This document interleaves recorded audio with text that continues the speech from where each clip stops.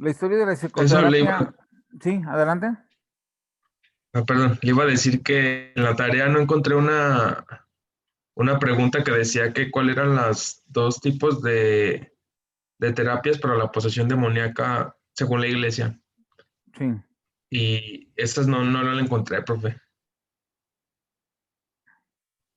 La terapia, según la iglesia, bueno, la psicoterapia en la actualidad se hace a través de un psicólogo profesional que escucha al paciente y que le devuelve lo que está escuchando a través de una interpretación. Ese es en cualquier tipo de terapia, ¿no? Sea psicoanalítica, conductista, etcétera. También hay prescripciones. En el caso de los conductistas y de los sistémicos, los ponen a hacer cosas. El Ujú. conductista te pone a, pues, a contar cuántas veces te portas mal, por ejemplo, y te da premios o castigos. Y el sistémico, pues, te prescribe que hagas cosas. Entonces, la terapéutica en la actualidad es interpretar o bien pedirte que hagas algo o que cuentes algo. En la iglesia, pues la enfermedad mental era vista como una posesión demoníaca y digo, eso yo lo respeto, yo no sé si existe o no sé si sí o si no, ese es asunto de personal, ¿verdad? Lo que sí es cierto es que ellos tenían una especie de terapia. ¿Cuál era esa terapia? Era eh, que rezaras, ¿sí? Esa era porque al rezar alejabas la tentación del demonio y el demonio era el que te generaba los problemas mentales. Para la Iglesia Católica, los problemas mentales provenían de que tú permitieras que el demonio te tentara, ¿sí? ¿Cuándo te tentaba el demonio? Cuando caías precisamente en una tentación. La palabra tentar significa tentación, viene de tentación. O sea, el demonio te tentaba y ahora sí que con una tentación, tú caías en ella y luego Dios te castigaba con un castigo, con una enfermedad mental, ¿no? O no te protegía y entonces el demonio se metía y te generaba una posesión demoníaca, que sería lo peor que te pudiera pasar. Entonces, ¿qué recetaba la Iglesia Católica? La confesión. Cuando tú ibas y confesabas tus pecados, fíjese que hice esto malo, esto y esto y esto, y el sacerdote te escuchaba y te absolvía, te protegía de una enfermedad mental, ¿sí? O bien el rezar. Eran las formas como ellos prevenían la enfermedad mental. Y ya cuando te daba la enfermedad mental para la Iglesia Católica, y esto no estoy inventándolo, esto es totalmente cierto. Pueden ustedes leer la historia de la Iglesia. Más o menos del siglo VIII es cuando surge esto. En el siglo VIII, no surge en la Iglesia primitiva católica, surge más o menos unos 5 siglos después de que surja la Iglesia Católica primitiva, porque surge en el siglo III después de Cristo con Constantino, pero más o menos en el siglo VIII empieza a haber esta cacería de brujas. Entonces ya cuando te daba la enfermedad mental, te llevaban a la hoguera y te quemaban. De hecho, en el siglo XII al XIII se crea la Santa Inquisición y en el siglo XIV estaba en su apogeo la Inquisición en España. Y por eso llega aquí a América. Cuando conquistan los españoles México, pues torturaban a los indígenas, los quemaban. Aquí no se usaba tanto el que los quemaran, los azotaban, los colgaban, pero por ejemplo en Estados Unidos, que todavía no se divorciaba de la Iglesia Católica, este, y que todavía no se separaban de Gran Bretaña, eh, había las cacerías de brujas, igual que en el Reino Unido. Entonces esa era la forma como ellos curaban, por así decirlo, la enfermedad mental, quemándolos, ¿no? Y también había un sistema de chismología, valga la expresión, para decir y denunciar quién estaba haciendo brujería. La gente que hablaba sola en la noche, la gente que caminaba sola y hablaba, la gente que se aislaba, creían que estaba teniendo un pacto con el diablo. que estaba recluyéndose para hablar con Satanás, cuando que en realidad eso es esquizofrenia. Una persona que se acuerdan de las 4 A's de Bloiler, que es una de ellas es el autismo, que significa encerrarte y no contactar con los demás, pues lo veían ellos como una posesión demoníaca. El hablar con alguien, pues es una alucinación auditiva o visual, entonces es esquizofrenia, probablemente. Claro que este asunto de que la persona vea o escuche cosas no precisamente es esquizofrenia a fuerzas. Puede ser también un trastorno delirante o puede ser también se ha visto en casos de bipolares que tienen alucinaciones. O sea que, pero en general le da más al esquizofrénico, ¿no? Pero pues esa era su forma como los curaban. ¿Sí te quedó claro, Chema? ¿Sí? A ver, ¿quién más nos ayuda con las respuestas? Y para repasar un poquito, para pasar también rápidamente a la exposición del día de hoy. ¿Quién nos ayuda? A ver, Jennifer. ¿En qué preguntaban, maestro? No, estamos salteándolas, o sea, no llevamos un orden. Ah, ya. Pero acabamos de hablar ahorita del tema de cómo era la cura. Ah, de sí, la- sí. ajá. Sí, bueno, yo la que a mí no me quedó muy claro fue la pregunta 6 que dice, explica cómo pretendía curar Hipócrates. Yo solamente le puse, se basaba en, restituirle a la persona el humor que le hace falta, pero ya no supe cómo completarla. Sí, pues es que según Hipócrates tenemos 4 humores, que son, la palabra humor significa líquido en el cuerpo. Eso significa humor, fíjense. Cuando alguien nos dice que estamos de mal humor, están realmente siguiendo la tradición hipocrática. O sea, el humor significa líquido dentro del cuerpo. Porque Hipócrates, acuérdense que decía que alguien tenía más sangre que la que debería de tener, entonces era muy alegre. Tenía más flema, entonces era muy flojo. Tenía más, porque sí tenemos flema en la nariz, saliva. Para él la saliva también era parte de la flema. La tos, lo que se segrega con la tos, los mocos, todo eso era la parte de la flema. Cuando alguien tiene mucho de eso, era flojo según Hipócrates. ¿Por qué? Pues es muy obvio. En la actualidad una persona que tiene gripa anda muy cansada, se duerme, casi no, está activa, no está al pendiente de las cosas, anda media ida, ¿no es así? El que tiene catarro, el que tiene influenza, el que tiene tos, anda medio con las defensas bajas. Entonces Hipócrates pensaba que era porque tenía exceso de flema y por eso era flojo. Entonces él recomendaba que escupieran, que estornudaran o que tosieran. Ese era su forma, su método para curar esa enfermedad mental de ser flojo. Porque para él ser flojo era una enfermedad mental, ¿verdad? En el caso del que era muy corajudo, era porque tenía los jugos gástricos a todo lo que dan. Y de hecho la gente que pasa algún coraje le duele el estómago, porque los jugos gástricos están segregándose sin comida y le está erosionando las paredes del estómago. Entonces, este señor decía que tenía que vomitar, que esa era la forma, sacar esa bilis amarilla. La bilis amarilla era la que tenía que ver con el coraje y la bilis negra con la melancolía.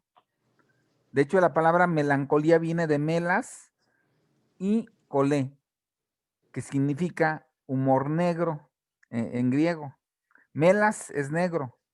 De hecho, de ahí viene la palabra melanoma, que significa tumor negro o lunar negro, que es un cáncer de piel, que es un lunarcito negro que te empieza a crecer muy rápido. ¿Sí? Entonces, melancolía era de la bilis negra, pero pues es la tradición hipocrática. Él pedía que vomitar, ¿no? Entonces, ¿cuáles eran las curas para Hipócrates? Vomitar, toser, estornudar, o que te sacaran la sangre si eras muy alegre. ¿Sí? ¿Sí quedó claro, Jennifer? Por ahí se los puse Maestro, ya. sí, ahí se los puse en la diapositiva, no sé si se fija, si la volvieron a ver. A ver, ¿a quién más nos ayuda rápidamente, mi querida Esmeralda? Sí, la que sea, ¿verdad, maestro? Sí, andamos salteándolas, no hay problema. O con las que tuvieron más duda. Ajá. La 3 es, explica el animismo y luego menciona cómo esta idea se enmarcó en las sociedades primitivas y pues eran creencias que tenían que las personas o cualquier pieza de la naturaleza poseen una alma y una conciencia propia. Dicho de otra manera, pues según los seguidores del animismo, existe toda una serie de entes espirituales de los cuales se incluían el alma humana, que ocupaban todo tipo de seres y objetos, tanto animados como inanimados, por lo que todo aquello que nos rodea, todo y cada uno de los elementos que existen en el mundo poseerían una alma o una esencia de conciencia. Sí, bueno, los seres primitivos, de hecho, dicen que así empezó este asunto de la religión, ¿no? La etapa fetichista, en la cual los seres de las cavernas creían que las cosas tenían vida, tenían un alma, ¿sí? Entonces, por ejemplo, el trueno y la lluvia, por ejemplo, aquí en México, era un dios que era Tlaloc, ¿sí? La lluvia tenía un alma, en este caso, pues era un dios. Pero también había objetos, por ejemplo, en Canadá, las tribus primitivas de Canadá, no obviamente los canadienses que conquistaron, que los ingleses que conquistaron Canadá, ¿verdad? O los franceses que conquistaron Canadá, esos no. Pero las tribus que ya estaban antes en Canadá tienen tótems, que son figuras hechas en árboles o en troncos de árbol, y las adornan, les ponen ojitos, le ponen naricita, boquita, y esos son tótems y los reverencian. Para ellos tienen vida. Y bueno, si tienen oportunidad alguna vez de ir a Canadá, van a corroborar lo que yo les digo. Hay los tótems allá pero en las zonas indígenas, ¿verdad? En las zonas previas a la conquista de los británicos y de los franceses de Canadá. Entonces, es muy común que las sociedades primitivas crean que las cosas, los objetos inanimados, o sea, que no se mueven, tienen un alma. Entonces, pues, ¿qué pensaba el ser primitivo de la enfermedad mental? Pues que estabas poseído por un alma ajena, que tu alma se había ido y una alma ajena se había metido en ti, que es un tema de película, por cierto, de terror. O bien que el alma ajena se había metido en ti y había apachurrado a tu propia alma y no la dejaba salir. Por eso hablabas diferente. Acuérdense que los esquizofrénicos tienen una característica, que hablan en un lenguaje confuso. Esa es otra característica del esquizofrénico. Porque se acuerdan que tiene la ambivalencia, que tiene el afecto desconectado del conocimiento. Entonces, eso lo hace hablar a veces de una manera, pues, confusa. Entonces, se le atribuye a ellos que tenían un alma y que por eso estaban hablando así.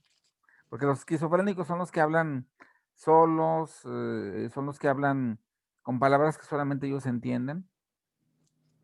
Y en realidad, pues, son enfermos mentales, no tienen ningún alma que los esté poseyendo. Científicamente hablando, ¿verdad? Pues, claro que religiosamente hablando, pues mis respetos, ¿verdad? O sea, si alguien cree en eso, si creen en las posesiones demoníacas y creen en esta sede que está en el Vaticano para asuntos de exorcismo, pues respeto su punto de vista. No tengo yo ningún problema con respetarlo. Pero científicamente hablando, porque la materia pues es una ciencia, lo que estamos estudiando pues es una ciencia, la psicología es una ciencia.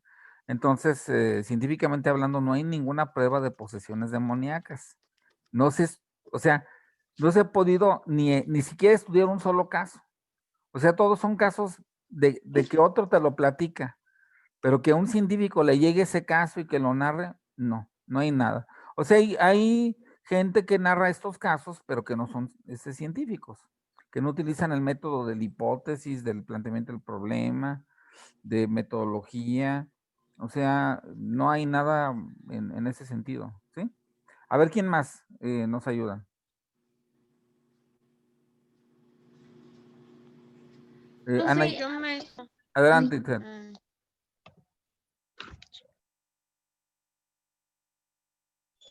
Sí, la crisis con la iglesia en la media que ocasionaba problemas mentales.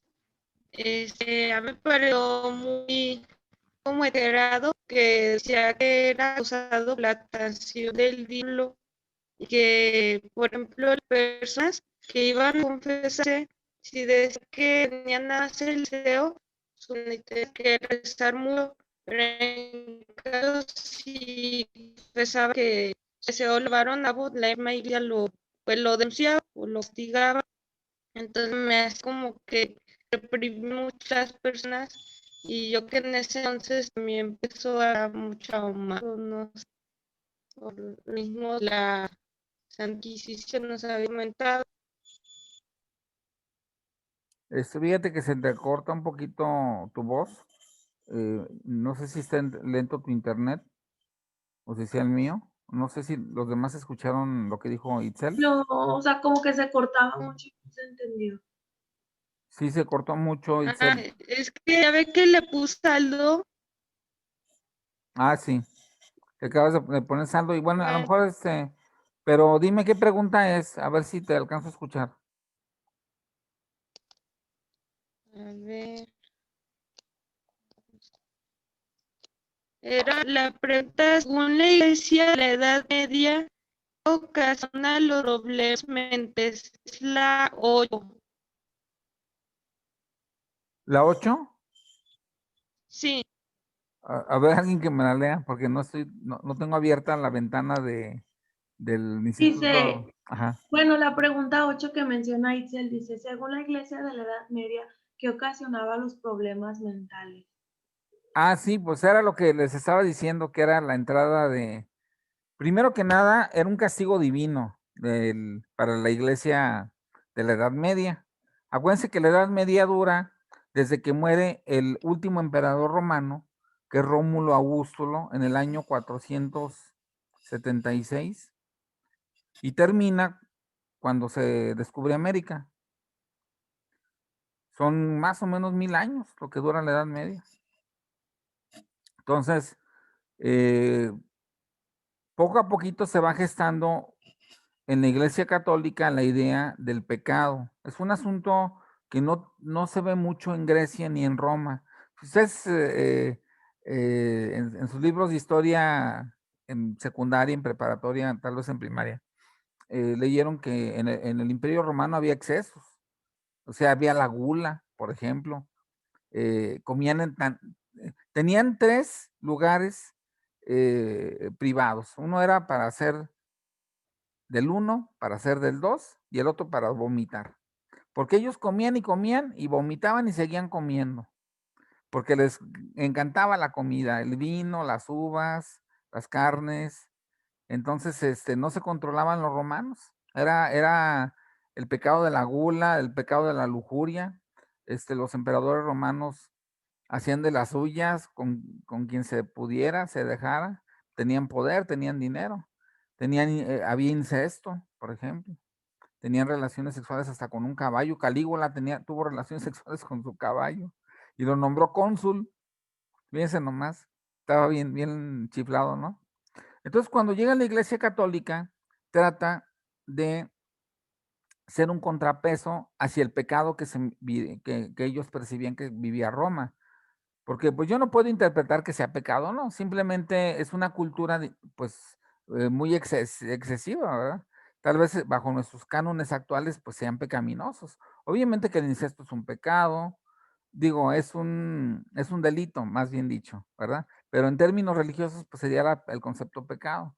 Obviamente que el abusar de los niños, que lo hacían los griegos, los griegos tenían relaciones con los niños de tipo sexual. Sócrates, por ejemplo, Platón, Aristóteles, aunque no me la crean, esos grandes filósofos eran hebefilios o paidofilios, ¿no? Tenían paidofilia o hebefilia. Tenían relaciones con adolescentes o con niños, pero bueno, la iglesia lo miraría como pecado, nosotros lo miraríamos ahorita como delito o como pecado también, porque también existe la religión al mismo tiempo que existen las leyes. Pero la iglesia católica cuando llega, porque empieza a dominar toda la Edad Media, lo ve como pecado. Y ese pecado hace que Dios no te proteja y que permita que el diablo entre y te tente y por lo tanto vengan las enfermedades mentales. Para la Iglesia Católica la enfermedad mental no era otra cosa más que una posesión de un ente por culpa o por causa del diablo, más bien dicho, ¿sí? ¿Cómo ves, Itzel? Pues no sé si quiera participar, Nayeli. Sí, profe. Adelante, la que quieras, la que te haya generado a lo mejor más duda. No, pues no me quedé con dudas. Bueno, No. conforme abandonamos la Edad Media, se le tiene más comprensión al enfermo mental, ya no es un poseído por el demonio, se le tiene más compasión. Juan Luis Vives es uno de ellos. Y Philippe Pinel observa que a los enfermos mentales los tienen alienados allá como en un reclusorio fuera de la ciudad, ¿no? Los tienen amarrados y él pugna, Philippe Pinel, porque se les dé terapia de ocupacional para que de alguna manera pues ellos se sientan útiles, se dignifiquen. Entonces hay un cambio conforme va avanzando, nos vamos alejando de la Edad Media, hay un cambio más favorable hacia los enfermos mentales, que ya no se les llamaba de otra manera, sino como un enfermo mental, ¿verdad? Entonces vamos a ver ya la última parte, déjenme les comparto las diapositivas. Esto es lo que correspondería a lo que van a contestar para el lunes, que por cierto, déjenme les comento que no tenemos clases el siguiente miércoles, creo, de hoy en 8. ¿Sí estoy bien?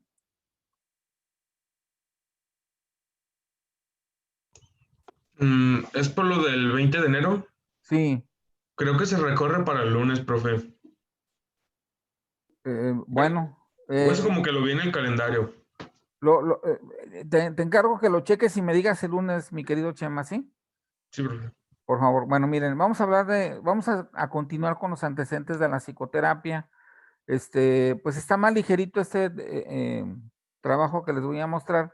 Ya quedan poquitas diapositivas y pues básicamente lo diseñé así porque pues mi idea era repasar un poquito también lo que vimos la clase anterior, que fue la primera clase. Entonces, bueno, en este sentido, la psicoterapia en la actualidad, a ver si me ayuda Chema. Sí, puedes ver, por favor. Sí, profe. Dice, la psicoterapia en la actualidad. Cuando Freud descarta la hipnosis, desarrolla el método Catártico. catártico aplicado a Ana o paciente con histeria o trastorno de conversión en la actualidad. Si me Posteriormente, permíteme tantito, miren, la palabra catártico suena media rara, pero viene de catarro, ¿sí? Es muy sencilla. ¿Qué hace un catarro? Pues sacar, ¿no? Exactamente, sacar, pues las flemas, los mocos, todo lo que decía Hipócrates que teníamos que sacar para ser más acomedidos y menos flojos. Pero la palabra catarsis, con la terminación, en este caso, catarsis, la terminación cis, o ico, que es relativo a, habla de que estás sacando, pero en este caso estás sacando tus problemas, en vez de estar sacando los mocos, la flema, etcétera, estás sacando los problemas.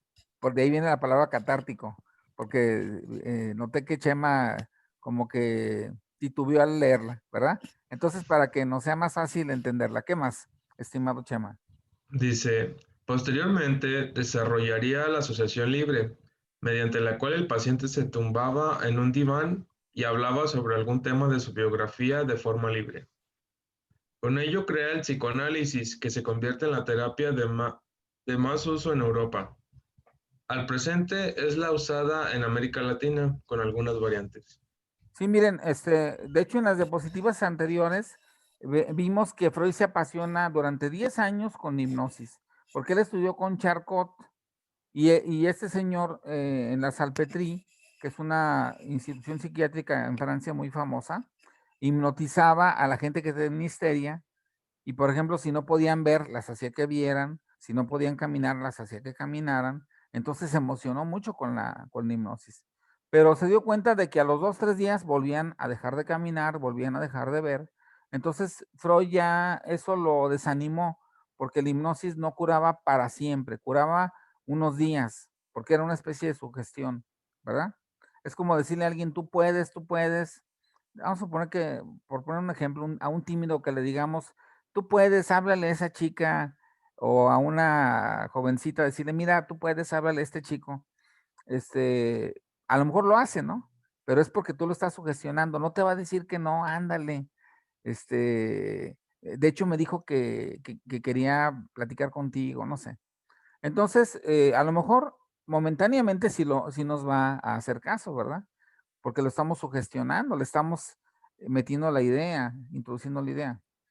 Pero a los 2, 3 días va a regresar a su timidez. Si la persona es tímida, me refiero. ¿Sí están de acuerdo? Entonces, eso hacía la hipnosis. La hipnosis no curaba para siempre, curaba momentáneamente. Entonces, Freud descubre un nuevo método, que en este caso es el catártico, pero ya llega a la mitad de la resolución del problema Freud, porque el hecho de que tú platiques tus problemas ya te ayuda mucho. Pero interpretar esos problemas a la luz del psicoanálisis y de la infancia era la otra gran parte que descubre Freud a través del psicoanálisis con el método de la asociación libre. Entonces Freud descubre, bueno, más bien dicho aplica, porque la catarsis ya la empleaba Breuer. Aplica la catarsis y descubre el método psicoanalítico, que es el que emplea y seguiría empleando más adelante. De hecho, ahorita en América Latina es el método más usado por los psicólogos, el método de la asociación libre, y probablemente la terapia psicoanalítica sea la más usada en América Latina. En Estados Unidos hay mucha diversificación de terapias, no podemos decir que es la psicoanalítica, porque está también la conductista, está la cognitivo-conductual, está la sistémica, están las terapias contextuales, que son las últimas, que son lo último que existe ahorita en psicoterapia. Pero parece ser que en América Latina predomina el psicoanálisis. Déjenme paso a la que sigue. Ahora sí que, ¿quién me ayuda? ¿Puedes hablar, Anayeli? ¿Puedes leer eso? Sí, profe. Adelante, gracias.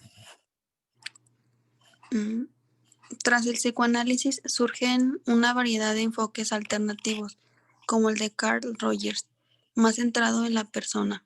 Posteriormente, el conductismo se presenta como una herramienta que entiende los trastornos como aprendizaje, pero no es hasta los años 60 y 70 que la terapia de conducta se consolida con autores como Skinner y Wolff, con antecedentes en Thorndike, Pavlov y Watson. Sí, pues ¿se acuerdan ustedes de que Watson hizo el experimento de la rata con el niño y todo ese rollo? Sí. Que se llamaba El Pequeño Albert. Y también Thorndike, que metió un gato en una jaula y que logró que el gato escapara. Después de 3 intentos, el gato escapó y la siguiente vez que lo metió en la jaula, escapó a la primera, porque a eso le llamó la ley del efecto Thorndike. Pablo, pues el experimento que hizo con el perro y la campana, ¿verdad? Ellos son precursores, pero quienes realmente desarrollan la terapia conductual es Skinner, porque para Skinner eran castigos y refuerzos. Castigos, refuerzos positivos y refuerzos negativos. No es lo mismo refuerzo negativo que castigo, ¿eh? Estúdienlo por ahí, no es lo mismo porque mucha gente se suele confundir. Un refuerzo negativo es retirarte algo que te gusta, ¿sí? Y un castigo es darte algo que no te gusta, como un choque eléctrico. Y Wolff es otro de los grandes que desarrolla la terapia conductual, pero es hasta los 60, 70. ¿Quién crea la terapia de conductual? La precursora es Mary Covers Jones, ahí se las puse en la diapositiva anterior. Mary Covers Jones logra quitarle el miedo a la gente que le generaba miedo precisamente Watson. Por ejemplo, a los niños que hacía Watson que les generara miedo una rata blanca, los llevaba con Mary Covers Jones para que Mary Covers Jones poco a poquito hiciera que le perdieran el miedo a la rata blanca a los niños. Y a eso se le llamó desensibilización sistemática. Ese es el método que inventó Mary Covers Jones. ¿Sí? Pero bueno, ahorita no la estamos mencionando porque fue una iniciadora, pero fue para, ahora sí que ayudar a que a los niños o a las víctimas de Watson, de que los dejaba ahí con con esa asociación entre rata y miedo, ¿verdad? Ella creó una terapia para volverlos de nuevo a la normalidad. Pero en sí, quien crea la terapia conductual es Skinner, pues es el papá de los pollitos, ¿no? Y Wolf, ¿no? O sea, ¿cómo logran llevar esto a la terapia? Todavía sigue dándose.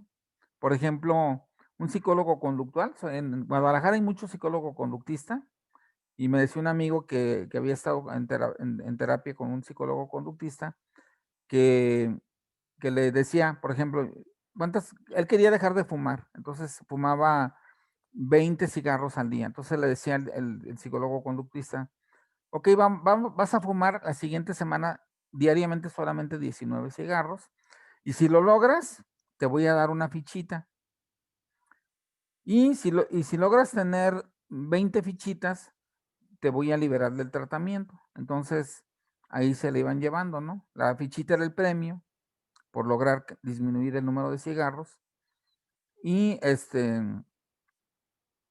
y pues es lo que decía Skinner, ¿no? Premiar la conducta favorable y obviamente castigar la desfavorable.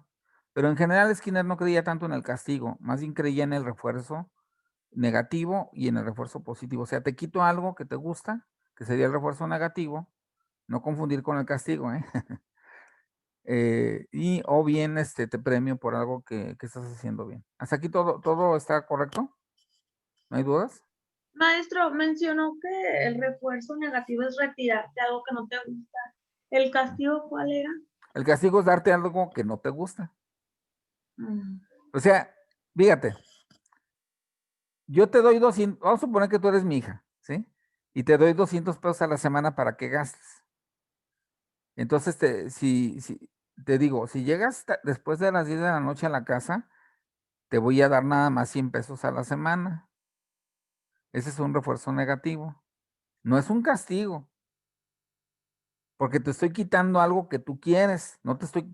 Pero si yo te digo, si llegas después de las 10 de la noche a la casa, te voy a dar unas nalgadas, suponiendo que fueras más chiquita, por cierto. No de esta edad, ¿verdad? O te voy a encerrar en un cuarto. Eso es un castigo, porque a nadie le gusta estar encerrado y a nadie le gusta que le peguen. ¿Sí cachan la diferencia? Entonces, Skinner no daba castigos, Skinner daba refuerzos negativos, que es diferente. Le quitaba algo que ya le había dado, ¿sí? Que ya le estaba dando, que ya estaba acostumbrada la persona a tener.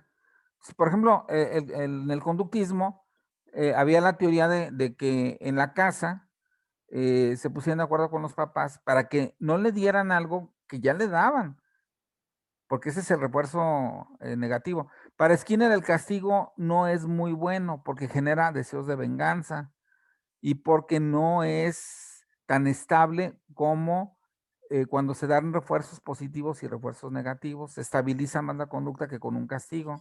A veces la gente nada más se fija. Por ejemplo, el empleado que lo van a castigar, que lo pueden despedir, que lo van a despedir, porque ese es un castigo. Te van a correr, ¿verdad? Eso no es un refuerzo negativo, es un castigo, porque hasta te van a humillar con la salida y todo ese rollo, ¿no? Entonces, el empleado firma en la bitácora que sí entró a la hora. pero cuando lo ven, pone la hora real que llegó. Entonces el castigo funciona solamente cuando te están vigilando.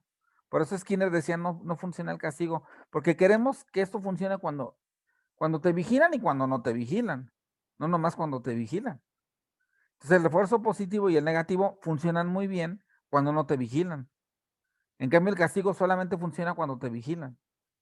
Por eso Skinner no creía en el castigo. Sí, no sé si fui claro, Jennifer. ¿Sí? Sí, maestro. Muy bien. Bueno, vamos a la que sigue. En la actualidad tenemos, bueno, obviamente en los años 70 surge, 60, 70 surge Maslow con la cuestión del humanismo, que pensaba él que el problema de las personas, o sea, la gente enfermaba porque no tenía los satisfactores necesarios, no tenía comida, bebida, vivienda, seguridad social, todo eso que decía él en su pirámide, ¿no? Entonces eso lo hacía enfermar. Por lo tanto, había que comprenderlo. O sea, para él, pues es otro rollo, ¿no? La terapia. Y se crean híbridos, por ejemplo, las terapias cognitivo-conductuales, por ejemplo, del que está aquí abajo, es Albert Ellis, el que está abajo de Maslow. Ese señor creó la terapia que tiene que ver con que cambies tu conducta a partir de tus pensamientos, que cambies tus pensamientos para que cambie tu conducta, ¿sí? Esa es la terapia de Albert Ellis, ¿sí? Luego seguimos con las terapias en la actualidad. A ver, ¿quién me ayuda a leer? Estas son las terapias que surgen a partir de los años 90 hasta, y siguen de moda ahorita, pero ya tienen muchas variantes. Por ejemplo, no sé si han escuchado hablar de los cursos de mindfulness o mindfulness, ¿no? Pues yo he visto en Facebook, pero como que no, también me quedo qué es eso, pero he visto así como que de Bueno, repente. el mindfulness es una terapia ultramoderna, ¿sí? Es como dar una terapia muy, muy moderna, pues. Pero hay 3 variantes, ¿sí? Hay las terapias holistas, las sistémicas, no son tan modernas, pero sí son modernas, o mucho más modernas que las de Skinner, de Maslow y de Ellis, ¿no? Ahora vamos a leer esto, por favor. Si me ayudas, pues tú misma, Jennifer. Dice, la Ajá. psicoterapia en la actualidad. Por último, desde los años 90 empiezan a despuntar las terapias de tercera generación o terapias Ajá. contextuales. Supone volver al conductismo radical, teniendo en cuenta la parte cognitiva, pero sin intentar cómo los racionalistas modificar su contenido, sino la relación del paciente con ella. Sí, aquí ya no se pretende que el paciente piense diferente, sino que se relacione diferente con el mundo. Es diferente. Esto es algo como muy novedoso. Miren, ese es un libro que les puse, no sé si lo pueden descargar de internet, que les interesa, que son las terapias de tercera generación, que se les llaman terapias contextuales. En la actualidad sí se les llama. Y bueno, hay una, ya para ir terminando la clase del día de hoy, la gran pregunta que yo me hacía cuando era estudiante y que me llamó mucho la atención era cuál terapia era mejor. O sea, ¿es mejor el psicoanálisis que el humanismo como terapia, me refiero? ¿O es mejor los enfoques cognitivo-conductuales que los enfoques sistémicos en cuanto a la terapia? ¿Cuál terapia cura más? ¿Cuál terapia cura menos? Obviamente que hay terapias de charlatanes, pero esas no son terapias.